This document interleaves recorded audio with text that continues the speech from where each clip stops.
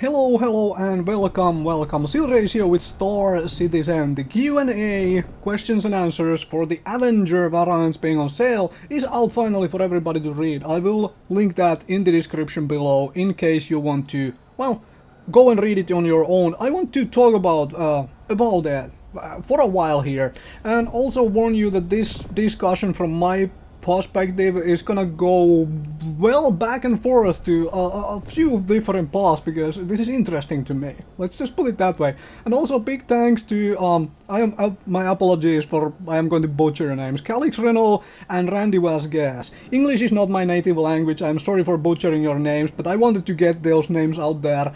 Big thanks to you because this thing answered most of the things I am curious about, I was interested in, I wanted to know the answers to. Most of them got answered here. So I'm gonna go through this Q&A, not really by question, but more of a section by section. Firstly, obviously, well, this was kind of obvious to me, well, like, what's the deal with the variants of modules things, like, why are the exteriors the same, and so on. Like, obviously, this hadn't been, you know, active yet, it hadn't been done fully yet, so they are selling it in this form as it is now, like, not with completely changeable modules and so forth. Anyway, bypassing that, let's talk about the EMP. Because the way they have talked about the EMP here in the various questions about the EMP is kind of interesting to me, in the sense that I am familiar with EMC engineering, and anybody who knows what EMC engineering is also knows how EMP at least partially works. As in, it goes from 0 Hz all the way high up across the ranges, and, well, excluding the optical and ionizing ranges. Those two are excluded. That means that the waveform, no, it doesn't mean, but also the waveform for an EMP it has very sharp leading edge. Essentially, when you use an EMP from inside your ship, we are talking about module which is inside your ship, you are the first to experience its effects always. And you are very likely to also experience it on the highest level. As in, you are the one who suffers the most from it, and you really have to have a very good EMP, essentially suppressors, interference suppressors built into this your specific ship to deal with the situations when you launch an EMP. And also EMP doesn't just manifest itself as a a phenomenon you cannot see, essentially. It can create an entire freaking spark. It can create a spark between multiple, electrical current between multiple objects, to be very specific. It can create a spark. As in, it can send, even if you, because they talk about powering down various modules to protect them from an EMP. And that isn't really the case, because you still have the wiring in there. Which the power, essentially electricity goes through to, well, power up the stuff after you want to get them back up. And that wiring is still there. If you create a spark in that wiring, you still send a power surge through there, and you can still fry your own entire ship even if you power everything down. That's not really the way you protect yourself. I mean, if you look at how EMP functions, a powered down TV is pretty much as susceptible to an EMP as a powered up TV is. A television set, that is. When we talk about household appliances and not spaceships. Obviously, this is a video game, so they can implement it however the heck they want and just make up lore reasons and so forth. But it's still interesting to me as somebody who has, well, a little bit of knowledge of the subject anyway. So the fact that they talk about, well, partially distorting a capital ship, for example.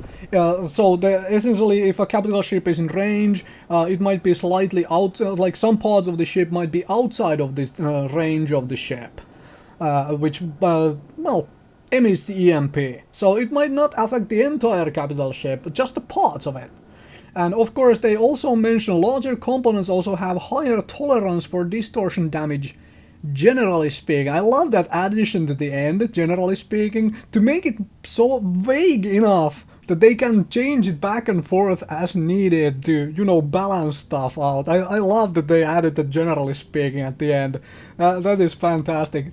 Anyway, larger component doesn't necessarily mean that it is more tolerant to electromagnetic pulse, simply because of how the spark functions. Once you create that spark, the more cabling you have, the more routes it does have to reach from outside of that particular component even.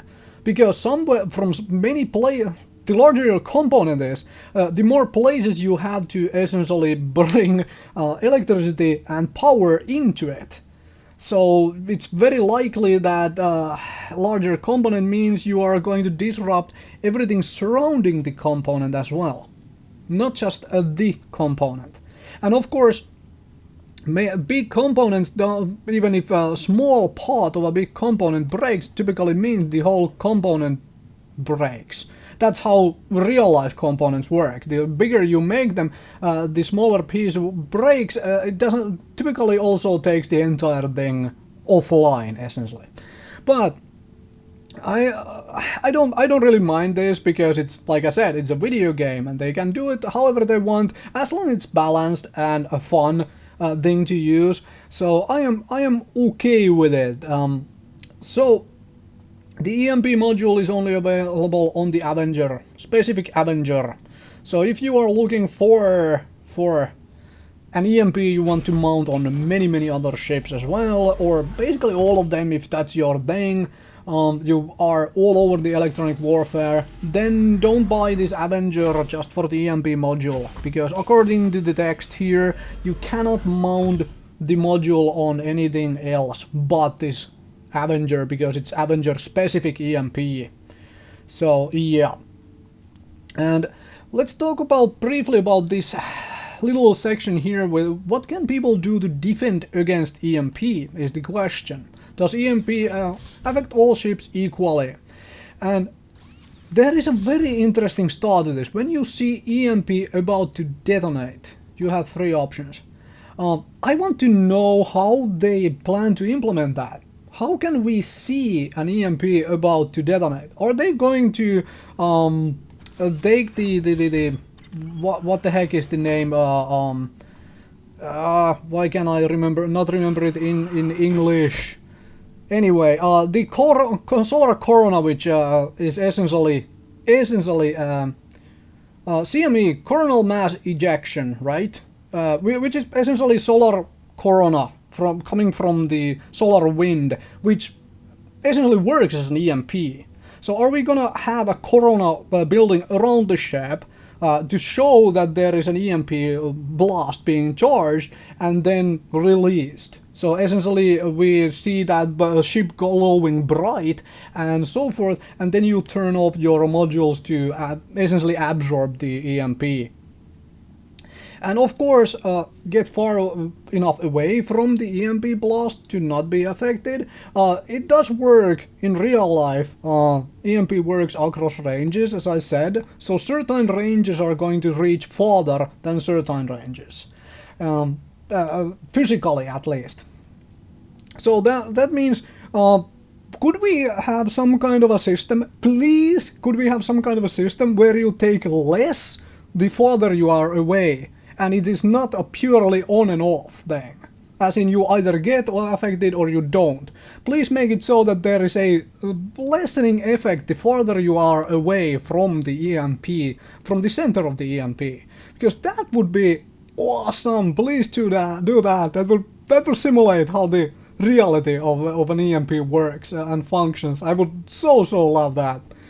So yeah, and obviously the third option of like having multi-cruise ship with engineers ready to power cycle stuff. Essentially you turn things off for the EMP and then you turn them back on once the EMP has passed.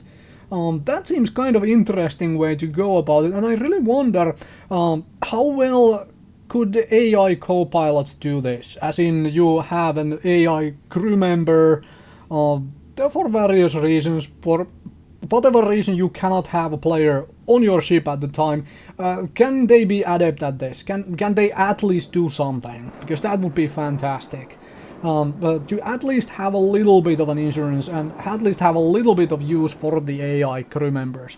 Because obviously we do want actual players there, but not necessarily do we want actual players sitting in our cargo hold with, you know, working as the engineer waiting for something to happen so they can push a button, essentially.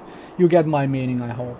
So, curiously enough, there is also this big question I had, and which is like, how long can you keep a player in the holding cell on the Avenger?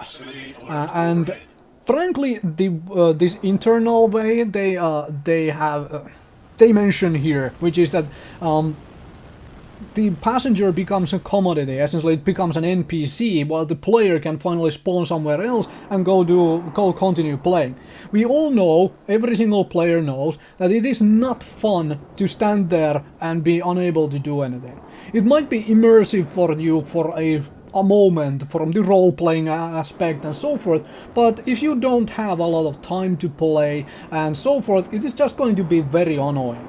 So I actually really like this system where after a short amount of time, this is obviously a balance thing, like how long of a time you make this, and actually they could really tie this up to the whole bounty system. The higher your bounty, the longer time you will have to be in that cargo hold, and they could also really put this on a real timer in such a way that you can be logged out in that cargo hold and it will still accumulate that time. So let's say you have to be there for an hour, you can log out for an hour and then come back and so forth. I hope it will not be hours, in all honesty, because that would be punishing to people with not a lot of time on their hands for many play styles. And of course, where is my trainer cockpit? Well, apparently there is no way to allow share direct control over a single component across multiple pilots. So essentially, until they figure that out, it's a bit of an insight to the coding, I guess, here, which I actually like that they have fully told us how it is. Okay, we cannot get this to function right now, so it's not in here yet. Simple as that. And of course, there is now an alternate direct cockpit entry via side ladder for the Avenger, Titan and Warlock, because you cannot go from inside because there are things in the way. I am not so sure I like that, and that's one reason why I'm sticking to my older, let's say, Avenger Stalker. I like going in there from the, you know, rear entry. I don't want to go in from the side over the cockpit, but that's my personal preference and so forth.